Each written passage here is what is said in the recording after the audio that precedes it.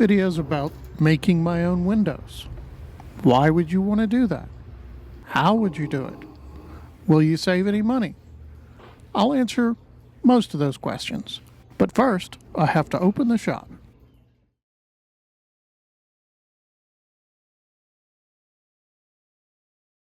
The windows will go where the plastic is.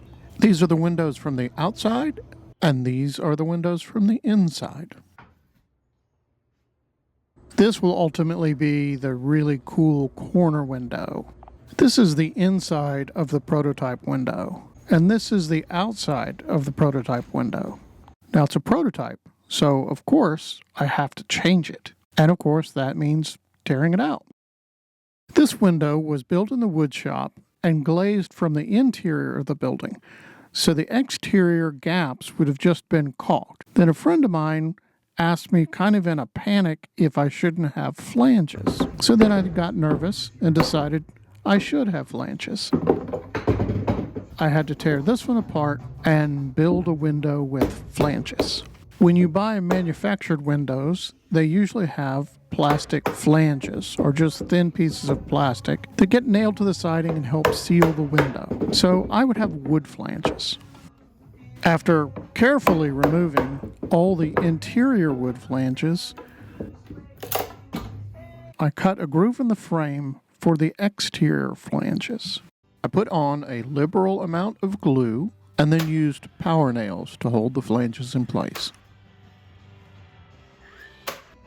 I made the parts extra long, and then I cut them to size with a handsaw.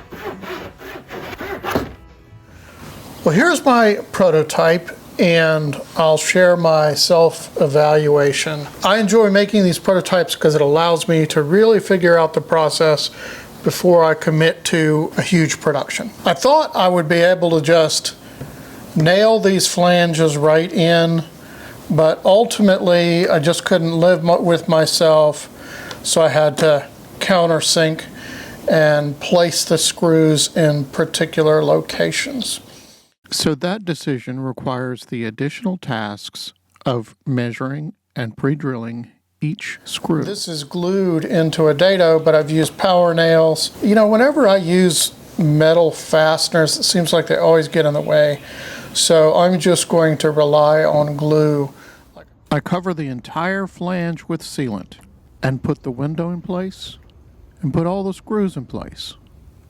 16 more to go. Unless, of course, I decide to change it again. This is the prototype window from the outside, and this is the prototype window from the inside. I'm going to use 3/4 inch chamfered trim, I think. After about a month of trying to repair my 1-year-old pool heater and then giving up, it was production time. So I bought a few $100s worth of clear pine at the big box store and brought it home. So I made very precise drawings of all the other 16 windows and then used those dimensions to cut the initial frames. I set up the chop saw and cut the boards to length. I glued the ends and power nailed all the frames together. This is not particularly strong, but the flanges will reinforce them. This is the first part of the window. I cut 1x2 stock to length for the flanges. After pre-drilling and pre-countersinking all the holes, I glued the flanges in place. I also added a lap joint at the corners to make sure they would be strong. I left the lap joints long and cut them to size. I didn't worry too much about getting the lap joint tight, I just left a gap. There was just too many windows to custom fit every piece. This process also gave me an excuse to buy more wood clamps. Show me a woodworker who's found a reason to buy more wood clamps, and I'll show you a woodworker with a smile. These are all the square windows. So then I cleaned the shop to declutter my mind and started the angled windows. I left the angled boards long and cut them to length by hand. I used a router to remove the wood in the corner of the dado. I glued 1x2s to all the frames, including this one. This is the large picture window. You see the power nailer there, but I wasn't using it because I have to chamfer this afterwards. So this detail requires a huge chamfer bit. You guessed it, an excuse to buy a new tool. I dreamed up all kinds of jigs to hold the router steady, but in the end, I found just holding it by hand was the best method. Some people may not like the rounded corner the router makes, but I think it's pretty cool. The process creates a little bit of sawdust. But let's zoom out for a second to the scale of the building and what seems to be happening to the design of these windows. I started with the assumption I would build the windows exactly the way I built the windows in our house. It's worked fine. We put a 1x2 frame directly on the framing of the house. Then we put the glass in place, and we put a 1x2 frame on the interior to hold it. That's it. That is essentially framed in place glass. And it was done a lot with mid-century modern houses, but it's not done very much anymore. So then I started thinking about flanges, which is more typical of a manufactured window that you purchase and put in place. So that has a primary frame, and then I thought I'll make a dado and put the flange in the dado to make sure it's sealed. And then I thought, I'll do that in the wood shop, which will be so much better because I'd rather work in the wood shop than climbing on ladders. And then there needed to be a stop for the glass, so I added another 1x2. And then that looked kind of bulky, so I chamfered that down, and the flanges needed screws to hold them in place, and they needed to be strong in the corners, so I added a lap joint. And all of that led to another problem that I hadn't even really figured out yet.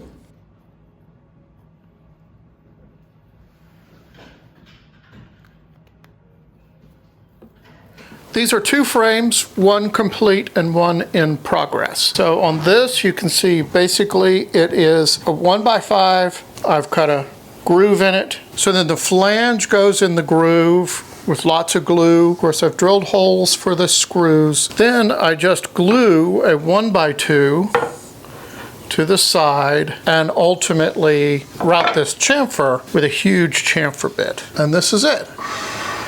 This is one of the angle windows in progress.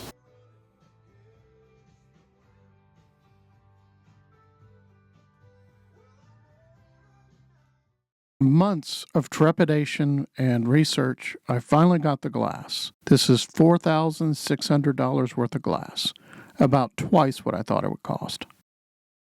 We have a low power line at the beginning of our driveway, so the truck had to unload at the street. That meant I got to unpack and carry each piece of glass up the driveway by hand.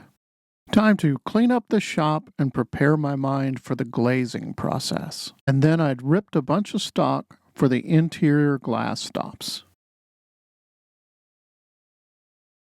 and cut the stops to length, and then marked and pre-drilled and countersunk all the screw holes. I put sealant around all the exterior stops, then place the glass, then install the interior stops. I use a lot of sealant, which creates a lot of squeeze out, but that's a problem for another time. This is a finished window. Well, almost finished. There are a lot of these windows. So at this point, there's probably an obvious question. Why do all this work? Why not just buy a couple of windows and call it good? Well, that's kind of the answer. Windows are expensive, especially custom-sized windows like these, and ultimately when you buy them, you usually can't afford very many of them. The average home has, let's say, 11 or 12 windows. Our home has 125 glazed openings. The only way I could afford to do that is making them myself. And this little building is no different. Actually, mid-century modern houses have a lot of glass that's framed in place. I think that's the only way they could make those large openings and interesting designs.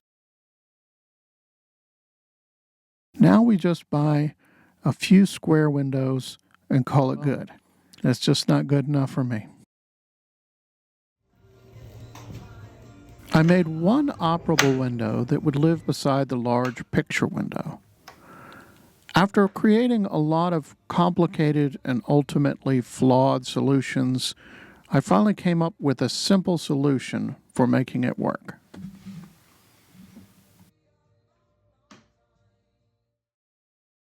Once the sealant cures, I use a utility knife and a razor blade to remove the squeeze out. It's kind of tedious, but also rewarding.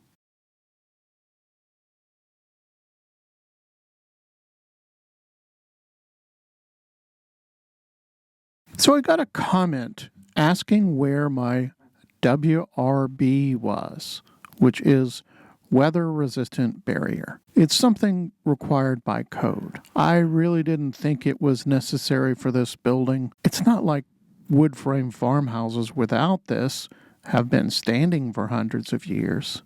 But anyways, I decided, all right, it's required by code, so I'll add one. Now then the problem is, makers of WRBs love to put their names on things. I needed a black skin for the building, not a branded skin for the building. So I added a 1/4-inch plywood over the WRB. This meant the sheathing was 3/4 of an inch thick. This helped to solve another problem I'd created. Unlike the frame-in-place solution, the flange solution required a flat surface to install. With the plywood below and the frame above, it was not flat. So I decided to trim out all the framing around the windows with 3/4-inch board to make a flat surface. Simple, right? Ultimately, I got this side of the building finished. And I couldn't help myself but paint it just to get an idea of what it will look like. I think it's going to be awesome, but there's a long way to go, so I'm going to end this video here. In the next video, I'll install the rest of the windows, paint the rest of the building, and install some really cool copper vent. Like, subscribe, notification, blah blah. Cheers!